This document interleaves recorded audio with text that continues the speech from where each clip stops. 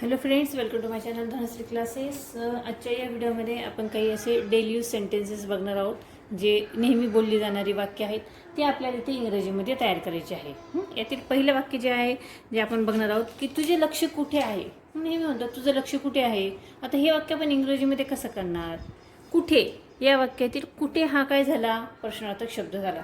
प्रश्नार्थक वाक्य इंग्रजीमध्ये करताना प्रश्नार्थक शब्द जो आहे तो आपण अगोदर घ्यायचा असतो. कुठेसाठी आपण इंग्रजीमध्ये काय लिहितो, व्हेअर, WHERE. व्हेअर, व्हेअर नंतर काय येईल, इज. Where is. तुझे म्हणजे युअर, आणि लक्ष म्हणजे अटेन्शन, ATTENTATION, आणि प्रश्नार्थक sign. Where is your attention, तुझं लक्ष कुठे आहे. ठीक आहे की नाही सोपं. आपल्याला जर शब्द, प्रत्येक शब्द हा जर माहीत असेल तर आपण वाक्य त्या पद्धतीने करू शकतो. वाक्यरचनाही आपल्याला माहिती आहे, शब्द देखील माहीत असतातच. ठीक आहे. एखादा शब्द माहीत नसेल तर आपण तो थोडासा माहीत करून घ्यायचा आणि वाक्य तयार करायचा. स्वतः जर प्रयत्न केला तर अशी वाक्य आपण पटपट तयार करू शकतो.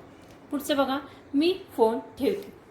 आता मी फोन ठेवते म्हणजे आपण हे वाक्य कसलं येणार, okay I hang up now. ठेवते म्हणजे आत्ता लगेच ठेवते, म्हणजे आपण काय लिहिणार आहोत, now. Okay I hang up now. ठीक आहे. पुढचं बघा, धीर सोडू नकोस. हे कसं येणार, धीर सोडू नकोस. नकारार्थी वाक्य आहे म्हणजे डोंट. ठीक आहे, नकारार्थी शब्द आहे, निगेटिव्ह वाक्य आहे. ठीक आहे. डोंट सोडू नकोस म्हणजे lose. Don't lose heart, HEART. Don't lose heart, धीर सोडू नकोस. पुढचं बघा, दुर्लक्ष करायला शिका. हे कसं येणार, दुर्लक्ष करायला शिकणं म्हणजे learn, LEARN. Learn to ignore, IGNORE. Learn to ignore. Learn म्हणजे शिकणे, इग्नोर म्हणजे दुर्लक्ष करणे. ठीक आहे. पुढचं बघा, ही माझी चूक आहे. ही माझी चूक आहे म्हणजे इट्स माय मिस्टेक, MISTAKES. ठीक आहे, अगदी सोपे वाक्य आहे. पुढचं बघा, मी नेहमी तुझ्या सोबत असेल.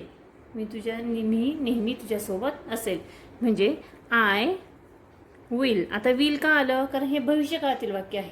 तुझ्यासोबत असेल म्हणजे क्रिया होणार आहे. ठीक आहे. आय विल ऑलवेज, नेहमी म्हणजे always, ALWAYS. I will always be with, सोबत म्हणजे विथ यू. ठीक आहे. त्यानंतर पुढचं बघा, तुला पाहून आनंद झाला. तुला पाहून आनंद झाला म्हणजे good, GOOD, good. To see you. ठीक आहे. आणि लास्ट बघा, सगळ्यांना